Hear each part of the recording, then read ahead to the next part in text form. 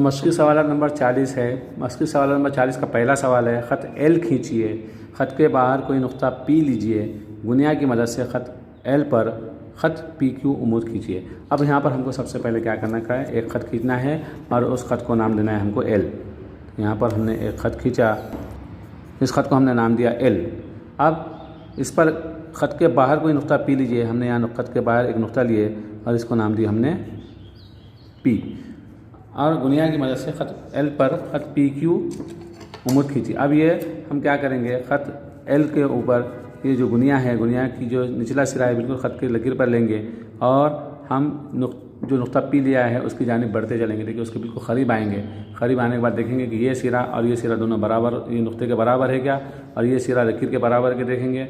और जब दोनों सिरे बराबर हैं तो अब हम क्या करेंगे, यहाँ से एक शुआ इस तरह नीचे की जानिब खींचेंगे और फिर इसको ही हम क्या करेंगे, थोड़ा और आगे की जानिब नीचे बढ़ाएंगे। बिल्कुल सीधा रखकर ये देखिए नीचे की जानिब बढ़ा दिए, तो ये यहाँ पर हम इसको नाम देंगे नुक्ता क्यू। तो ये दोनों शुआओं के मिलने से एक ख़त बना, पी क्यू बना। तो ये ख़त पी क्यू उमूद है ख़त एल पर, तो हम लिखेंगे ख़त पी क्यू उमूद है ख़त एल पर। इस तरह से ये हमने गुनिया की मदद से ख़त के बाहरी नुक्ते से हमने उमूद खींचा है, उमूदी ख़त खींचा है। उसके बाद सवाल नंबर 2। सवाल नंबर 2 है, ख़त ए बी खींचिए, ख़त के बाहर कोई नुक्ता एम लीजिए, प्रकार और नाप पट्टी की मदद से ख़त ए बी पर ख़त एम एन उमूद खींचिए। अब हमको क्या करना है, एक सबसे पहले तो ख़त ए बी बनाना है। ये हमने ख़त ए बी बना दिया है, ए और इसका नाम दे दिया बी। अब ख़त के बाहर एक नुक्ता लेना है एम, ये हमने नुक्ता ले लिया है एम। एम नुक्ता लेने के बाद हमको क्या करना है, प्रकार की मदद से इस पर क्या करना है हमको एम एन, यानी कि नुक्ता एन नीचे आना चाहिए, इस तरह से एक उमूद खींचना है। तो सबसे पहले हम क्या करेंगे, ये जो नुक्ता एम लिया है प्रकार की नोक नुक्ते एम पर रखेंगे और नुक्ते एम पर रखकर ये जो ख़त है ए बी, इस पर हम खौस लगाएंगे। यहाँ पर एक खौस लगाए और यहाँ पर एक खौस लगाए, दोनों जानिब ख़त के दोनों जानिब हम क्या करेंगे, प्रकार की मदद से ये नुक्ता एम पर रख के एक खौस बी की जानिब और एक खौस ए की जानिब लगाएंगे। यहाँ पर दोनों खौसें लगाने के बाद आप देख रहे हैं कि यहाँ पर हमको एक नुक्ता हासिल हुआ है और यहाँ पर एक नुक्ता हासिल हुआ है। बी के बाजू एक हासिल हुआ है, ए के बाजू एक नुक्ता हासिल हुआ है। तो ये जो नुक्ता हासिल हुआ है, बी के बाजू जो नुक्ता है वहाँ से ये जो नुक्ता है यहाँ तक क्या करेंगे, हम आधे से ज़्यादा फासला लेंगे और नीचे की जानिब एक खौस लगाएंगे। ये नीचे की जानिब एक खौस लगाएंगे। उसके बाद ए के बाजू जो नुक्ता हासिल हुआ है वहाँ पर हम प्रकार की नोक रखेंगे और वहाँ से भी हम क्या करेंगे, ये नीचे की जानिब एक खौस लगाएंगे। इस तरह बी नुक्ते के बाजू जो नुक्ता हासिल हुआ उस पर से एक खौस लगाए, ए नुक्ते के बाजू जो नुक्ता हासिल हुआ उस पर से एक खौस यहाँ पर नीचे लगाए। दोनों खौस लगाने के बाद हमको यहाँ एक नुक्ता हासिल हुआ है, इसको हम नाम देंगे एन। अब ये जो एन नुक्ता है और एम नुक्ता है हम दोनों क्या करेंगे, एक दूसरे से मिला लेंगे। ये बन गया है यहाँ पर एम एन ख़त।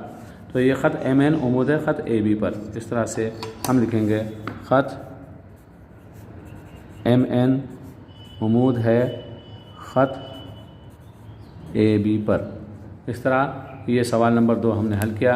और सवाल नंबर 3 है, 5.5 सम लंबाई का ख़िता ए बी खींचिए, प्रकार और नाप पट्टी की मदद से उसकी तनसीब कीजिए।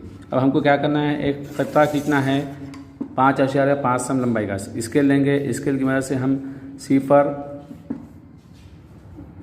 सीपर वाला जो लकीर है उस पर हम एक नुक्ता लगाएंगे और 5.5 यानी कि 5 और 6 के दरमियान जो बड़ी लकीर है वो 5.5 कहलाती है। 5 सम और 6 सम के दरमियान की जो लकीर है बड़ी, वहाँ पर हम निशान लगाएंगे और दोनों नुकात को हम क्या करेंगे, एक दूसरे से मिला देंगे। ये दोनों नुकात को हमने एक दूसरे से मिला दिया। ये 5.5 सम का ये तो ख़िता ख़त बन गया। कितने सम का बना, ये 5.5 सम का। इसका नाम देंगे हम ए और बी। ये ख़िता ख़त हमने ए बी बनाया है। अब इसको हम प्रकार की मदद से इसकी हमको क्या करना है, तनसीब करना है। यानी सबसे पहले हम नुक्ते ए पर प्रकार की नोक रखेंगे, आधे से ज़्यादा फासला लेकर हम क्या करेंगे, जो खिता ख़त है उसके दोनों जानिब, ऊपर की जानिब और नीचे की जानिब खौस लगाएंगे। ये खौस ऊपर की जानिब, एक खौस नीचे की जानिब। इसी तरह उतना ही फासला बरकरार रखकर, फासला बदलना नहीं है, नुक्ते बी पर रखेंगे। प्रकार की नोक नुक्ते बी पर रखने के बाद हम एक खौस ऊपर की जानिब लगाएंगे, एक खौस नीचे की जानिब लगाएंगे। इस तरह हमने नुक्ता ए पर प्रकार की नोक रखकर एक खौस ऊपर एक खौस नीचे लगाई, बी पर प्रकार की नोक रखकर एक खौस ऊपर एक खौस नीचे लगाई। जब दोनों खौसें लगाने के बाद हमको यहाँ पर क्या हुआ, नुक़ात हासिल हुए। ये जो नुक़ात हासिल हुए हैं हम इन दोनों नुक़ात को नाम देंगे एस और टी, दोनों को नाम देंगे एस और टी। इसके बाद ये दोनों नुक़ात को हम एक दूसरे से मिला देंगे। ये दोनों नुक़ात को हमने एक दूसरे से मिला दिए तो यहाँ पर ये एस टी जो है तो ये नासिफ है ए बी का, तो हम यहाँ लिखेंगे खिता एस टी नासिफ है खिता ए बी का। इस तरह हमने ये सवाल नंबर 3 हल किया। सवाल नंबर 4 है, ख़त एक्स वाई पर नुक्ता आर लीजिए, गुनिया की मदद से नुक्ते आर से गुज़रने वाला अमूदी ख़त खींचिए। अब सबसे पहले हमको क्या करना है, एक ख़त खींचना है। हम एक ख़त खींचेंगे, स्केल की मदद से एक ख़त खींचेंगे और इसका नाम देंगे हम एक्स वाई। इस ख़त का नाम देंगे हम एक्स और वाई। अब वो कह रहा है, देखिए एक्स वाई कीजिए और एक्स वाई पर आर लीजिए। ख़त एक्स वाई पर नुक्ते आर लीजिए, मतलब जो ख़त एक्स वाई है इसके ऊपर हमको नुक्ते आर लेने का है, तो हम यहाँ पर नुक्ते आर ले लेंगे।